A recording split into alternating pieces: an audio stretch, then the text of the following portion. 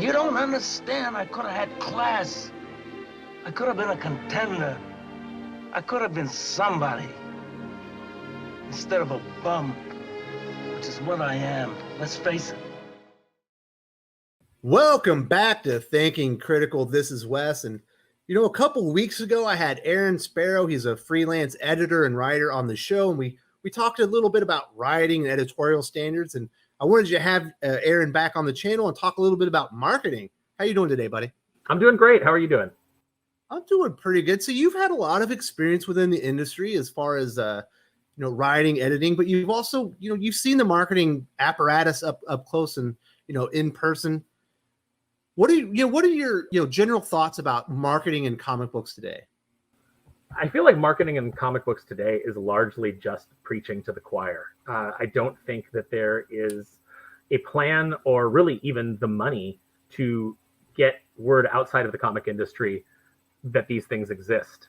I'll tell you one thing as a professional, when I tell people what I do, there's a couple of different reactions I get. But one of the main ones I get is, oh, they still make comic books? Like there's people who've seen these Marvel movies and they have no idea that there are comic books, because how would they? They don't go to a comic book store, and you don't see them on the newsstands anymore. So, your average consumer just doesn't even know that these are things that still exist. They think that these movies are being made from, comic books that were, oh, back when I was a kid. Yeah, I remember Superman. So I think that comics marketing is really bad at getting outside of the industry.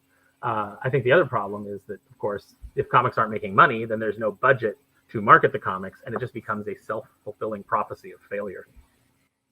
Absolutely. So, one of my biggest complaints, or one of my biggest theories, I guess, is, when Marvel Comics brings someone in like Rainbow Rowell, she's a YA author. They specifically brought her in, obviously with courting a younger female demographic. Specifically, they put her on Runaways.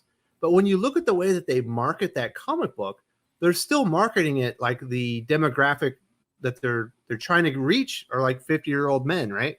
Yeah, it's they'll put some ads in their comics and they'll send a press release out to CBR and Newsarama, and that's it. But I can tell you, as a comic book fan, when I didn't look at any of those sites, any of those comic book news sites, until I started working in the industry. As a fan, I never looked at any of that. So there's all kinds of people out there who are probably picking up comic books, have been doing it for years, and are still involved in the hobby, who never look at any of those websites. But yeah, we don't, as an industry, we don't reach outside. I mean, I've got tons of ideas of how you could get comic books out to different venues and get them discovered. But like they say in The Dark Knight, if you're good at something, never do it for free. So I don't throw those ideas out there unless somebody's paying me. But we definitely desperately need new ideas in this industry about how to reach young readers, how to reach the YA crowd. Rainbow Rowell, she sells what in YA novels? She probably sells a fair amount. With she probably has a huge Twitter following, a huge following in the YA community, but you can't get those people to buy her comic book. Why is that? Either you're not reaching them, or they're not interested. That crowd is not interested in comic books. What's the answer?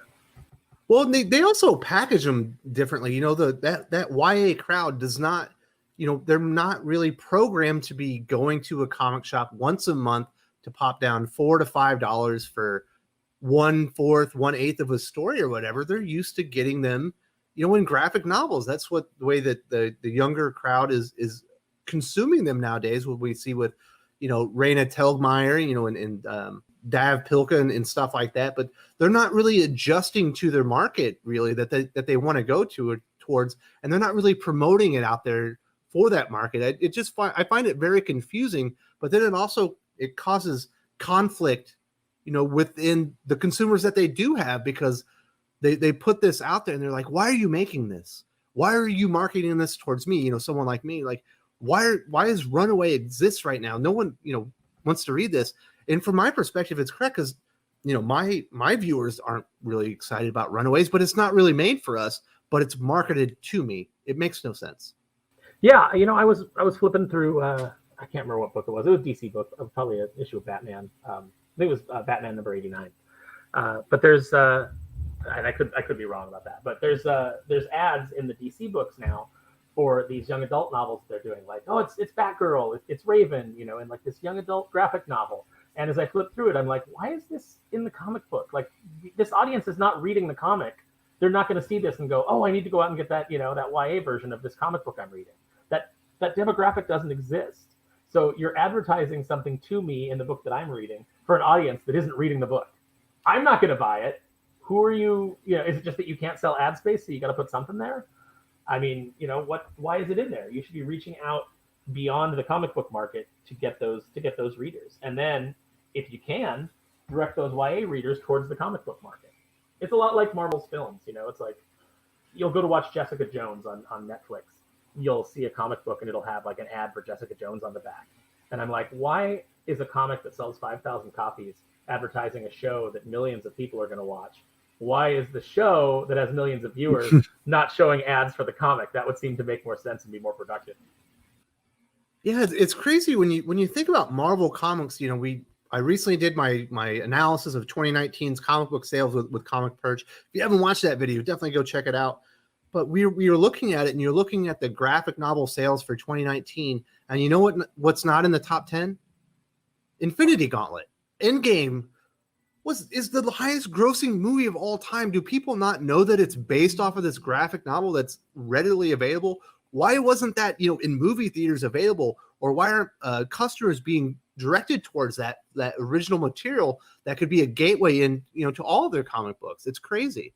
Why do movies, there's movies that you go to, and if you're there the first night or you're there opening weekend, you get like a print, like a stupid print that you're just going to put in your car and forget about, and then, it's going to get bent, and then you're just going to end up throwing it away. Why, when you go to see a Marvel film, are you not handed a comic book when you come in? And then that comic book is loaded with, advertisements for the other comic books, and, here's the comic book store locator service. Why are these things not just handed to you? And I think it has to do with the fact that, there's such a disconnect between the different divisions at Disney and at Warner Brothers that, comics don't matter. They don't care. So it's not about propping up other sides of their business. It's about strip mining that side of the business for things that they could actually be profitable on, like movies.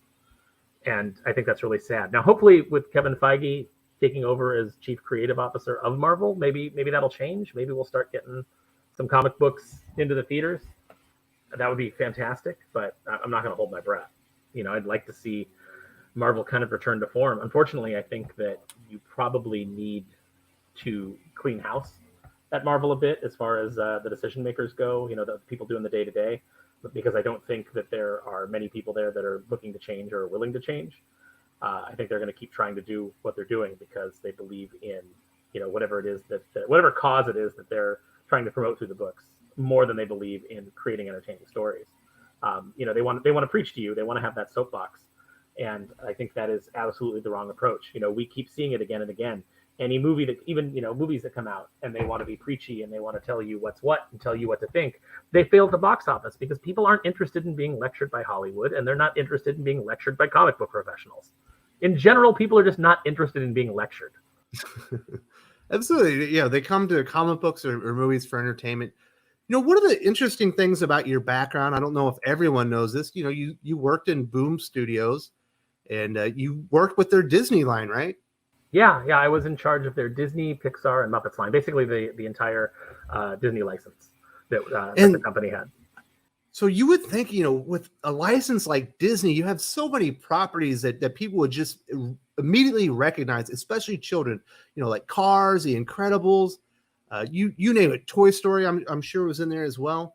What kind of apparatus was in place at Boom Studio for them to take advantage of this wonderful IP that's really world recognized? What were they able to do marketing wise, in your mind, that really got the word out?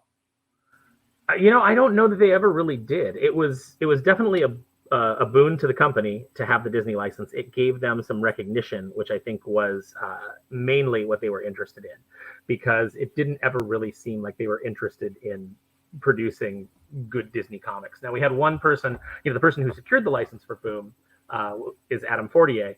And Adam Fortier was very interested in, like really doing some fun stuff with the Disney license. But unfortunately, he's the guy who got the license. He's not the guy who oversaw the creative of the license. That fell to me, and I was continually butting heads against management with ideas, of how to expand the line, how to get it noticed, and how to tell bigger, better stories, and how to really make these things matter. And the attitude was, I remember at one point, the boss told me that you stop being so ambitious. It's Toy Story. You can just have Woody and Buzz talking to each other for 22 pages and it'll sell just fine. Stop trying to make these stories like as epic as the Pixar films. Don't make them memorable. Yeah, don't make them memorable. It's just something that, to be out there to make $2.99, from, some kid that's going to walk in and buy Toy Story. But, my feeling was, if we don't, and, I don't think this is a radical idea, but if we don't entertain people, if we don't make it good, if we don't strive to make it recognizable as the property that it is and try and meet that level of quality, someone may pick up an issue, but they're not going to come back. And, we're not going to make fans of these people. And that was the whole point, I thought, was, you want people to be coming back and enjoying these stories and reading them. And I also, having such a huge love of Disney and Pixar and, the Muppets and what they all bring to the table, I wanted you to be able to pick those books up and have them be almost as, if we could achieve it, as good as the films, but, at least if we could, get in the ballpark, that would be pretty great. And I think in a lot of ways we did that. It did lead to a lot of approval time because we were so ambitious with what we wanted to do. But, I love these properties. I don't want to put out a book that, a Cars book or, a Toy Story book or, a Donald Duck book that people pick up and they just go, eh. I want them to love it. And I want them to come back and I want them to develop a love for these characters. And I think that was the responsibility that I took on that maybe the company didn't really agree with or believe in. So yeah, they didn't really do a lot of good marketing on it. They the marketing guy there basically would send out a press release to CBR and Newsarama, and then spend the rest of the day perusing Perez Hilton and coming out and telling us celebrity gossip, or getting into fights online with people that were critical of the company. So it's just that's comics marketing for you. Aaron is as a leader at Boom Studios that was overseeing the entire Disney, comic book license, and you had people working for you trying to create the best stories possible. When they saw that effort to get the word out that you were putting out good entertainment, good wholesome stories for families wasn't there, that maybe their efforts weren't being appreciated and really exposed, does that kill the morale or maybe the willingness of somebody to go out there and put out their best effort? Well, I think, as far as the teams that I had, I think they kind of eventually they understood the limitations. For example, Jesse Blaze Snyder worked on Toy Story for me, and he was always coming to me with ideas of how to promote the book and how to get the word out there and create some buzz. And, the problem is that I always have to take it back to our marketing guy. And his attitude was always like, this is my job. I've got this. And, didn't really take a lot of input. And then, what could I do? So it was discouraging for them in that respect. But I think that most of the creators that worked for me on the Disney projects, they knew that I was in their corner. I fought for them. I fought to get them better pay. I was really, always on their side if they had ideas, trying to work with them to get those implemented. So, hopefully, that made up for it. But yeah, there's definitely some disappointment there because, people, at least back then, it was passionate people who wanted their work noticed and wanted to, have people see what they were doing and the passion that they were bringing to the project. It wasn't like kind of today where, you seem to have people who just kind of make a comic book and then go, oh, look, guys, I made a thing. That's like their whole tweet about it. And then they go back to, I don't know, tweeting about socialism or whatever. It's like, but, it's your enthusiasm for a project is infectious. So we tried to get, our people out there as much as possible. I did interviews with them inside the book, these little blurbs, to get to know the creators. We really tried to connect to people as best we could with, no budget and no real support. It reminds me, Disney one time said to us, hey, we're our rep there, who was our liaison, Jesse Post, who I ended up working with again at Joe Books as my editor on Darkwing. Really good guy. He came to us and he said, Disney is, the best marketing company in the world. Let's talk about ways that, the company can help you direct people to this line. He was really, really passionate about it. and he kind of got stonewalled with the, oh, don't worry, we've got this. And when I heard that, I was like, I'm sorry that this marketing juggernaut just offered you resources to promote your product, and you told them no? What am I even doing here? Mm-hmm. Knowing that no matter how good your work does, it might not actually even be marketed out to people. It's got to really kill the morale of the writing teams, whether you're at Marvel, DC, Boom Studios. You just did talk about, tweeting and not having money for marketing. And one of the things that I think is really, it's being misused or not being used correctly in the industry. And this will probably be our last topic is, with social media. I remember, last year, CB Cebulski, the EIC of Marvel Comics, going on Twitter saying, I've got the most exciting, Spider-Man announcement. Everyone is going to be excited when I get this news out. And I remember everybody on social media was a buzzer. Like, CB Cebulski is hyping this up. It must be huge. Is it an adaptation of the Sam Raimi's Spider-Man 4, script that was never produced? Is it this? Is it this? And then when he finally came out and it was just this huge dud, it was J.J. Abrams and his son were writing a miniseries, and everyone was just so disappointed. Like, what a marketing opportunity. He had everyone excited, and he just didn't realize the anticipation wasn't going to be there for some Hollywood producer. No, you have to under promise and over deliver. And when you hype something up that much, like I think he said, I was thinking about how Star Wars broke 1 million copies. And I said, why don't we do that again? And then it was like, okay, yeah, Star Wars broke 1 million copies, but you had Loot Crate, buying several 100,000 copies. You had like 100 different covers going out. So yeah, you sold 1 million copies, but you didn't get 1 million readers is the problem. But like, just to kind of like reference that again and say, like, we're going to sell 1 million copies again. And then the announcement is J.J. Abrams, who I feel like the public is starting to feel is the new, like, M. Night Shyamalan, as far as, like, when you see his name, you roll your eyes. I just feel like that, it was just an out of touch way to handle it. But you know what? That happens a lot. Like, I remember Boom did a panel at San Diego Comic-Con, and their whole like blurb was just over promising. It was like, the company that always surprises again, like just a lot of hype.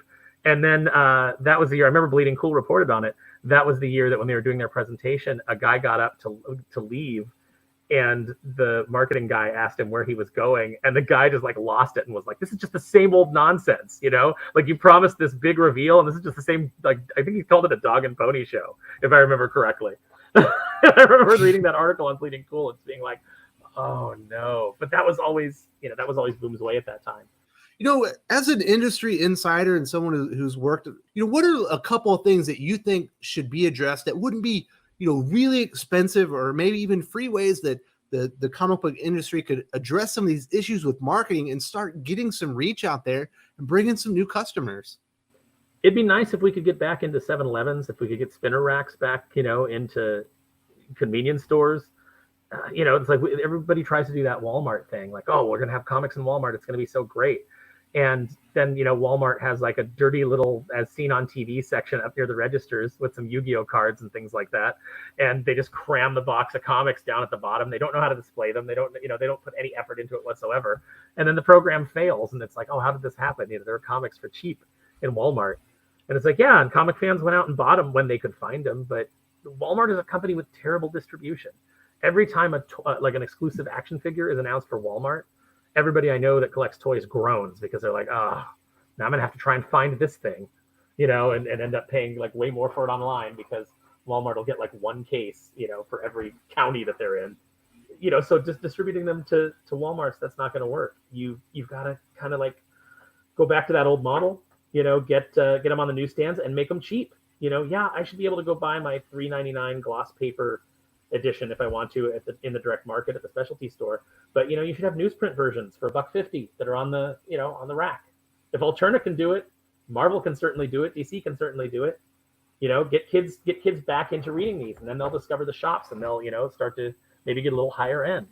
The direct market needs to stop being worried about the possibility of these things being out at Walmart or a newsstand, because it can be done in such a way that it doesn't affect the product that the shops offer, which will be a higher end product. But what it is it's the gateway drug to get kids into your store to buy comic books and Funko Pops and whatever else, action figures and whatever else it is that you sell that, that's keeping your store alive, because I doubt that comic books is doing it at this point.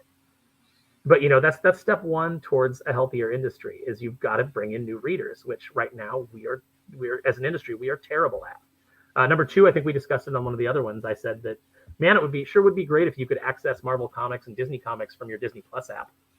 And that would be a lot of free content that they could add to Disney Plus, which, doesn't have a lot of content going for it at the moment. Yeah, if you watched a certain movie, let's say you go watch The Winter Soldier on your Disney Plus, all of a sudden you get some suggestions on comic books, stories that were related to those characters, or actually maybe even influenced that movie. Be perfect. Yeah, and I feel like they don't do it because they just say, "Oh, well, comics is such a small industry. The sales are so insignificant to the overall Disney machine." But they don't have to be. You can find ways to bump that up and make it more worth your while. And if it's not worth your while to promote it, then why are you even doing it? Yeah, it's crazy that you have a movie like Endgame, you can't get a 20-second Marvel Comics just trailer. I remember when we went to see Doctor Strange. I was on Maui at the time. From Maui, I just done Maui Comic Con out there, and we went to see Doctor Strange. It was me, Tad Stones, the creator of Darkwing, James Silvani, my artist, Steve Laiola, who worked on Doctor Strange, and his wife Trini, who one of the earliest women in the industry, just like one of the loveliest. They're like just the loveliest couple that I've ever met. They're fantastic. But I'm nerding out because I'm sitting here watching Doctor Strange with an artist who drew Doctor Strange, whose work that I appreciated and I read as a kid and I loved, and I'm sitting next to the creator of Darkwing Duck, which is a show that I loved, and you just have that moment where you're like, this is surreal. What is my life? And the Doctor Strange, or the Marvel logo comes up, and I think Doctor Strange was the first movie where they changed it from the comic book pages to art of the movie characters. Mm-hmm. And I remember, I think it was Tad said, "Well, I guess we're at the point where we don't even need to reference the comics anymore." Just kind of like a little bit of sadness in his voice, and we were all like, "Oh yeah, that kind of sucks." Man, I guess we're gonna end this video on a bit of a down note, Aaron. I really appreciate your time. It was really interesting conversation. If we covered the full gamut of all the issues with marketing, this would be a 3-hour conversation, to be completely honest. Is there one more thing that you wanted to cover before we wrap this up? Or yeah, I just want to say that when it comes to marketing, when it comes to a lot of things within these industries, sometimes it doesn't make sense to hire the person with the marketing degree if they don't know anything about your product. They've studied marketing in school, but they don't have any innovative ideas of how to reach your audience. Sometimes you need people who understand, who are fans themselves and who understand these things and have new ideas about how about ways that they can get the word out, based on the way that they consume the content. So I think that a lot of times, these companies shoot themselves in the foot. They're like, yeah, we got this guy and, he's got this degree, and, he doesn't give a crap about comic books. He doesn't have the passion. Yeah. I worked with a marketing guy who used to say that the last good comic book was Grant Morrison's Doom Patrol. And it was like, oh my God, and you're in charge of promoting current books. Oh dear God, you don't even like this product. All right, Aaron, thank you so much for that. I really appreciate it. A lot of great stories, a lot of good information. We'll definitely have you back soon, and I really appreciate it. Yeah, anytime, Wes. If you enjoyed this video, please give it a like. I would appreciate it very much. It helps us attract more views for the channel. Subscribe for future commentary, comic book news, and reviews. And don't forget to ring the bell for notifications. If you want to talk comics, movies, and much, much more, you can follow me on Twitter at Wes_from_TC. With that, Salamat Po, and I'm out.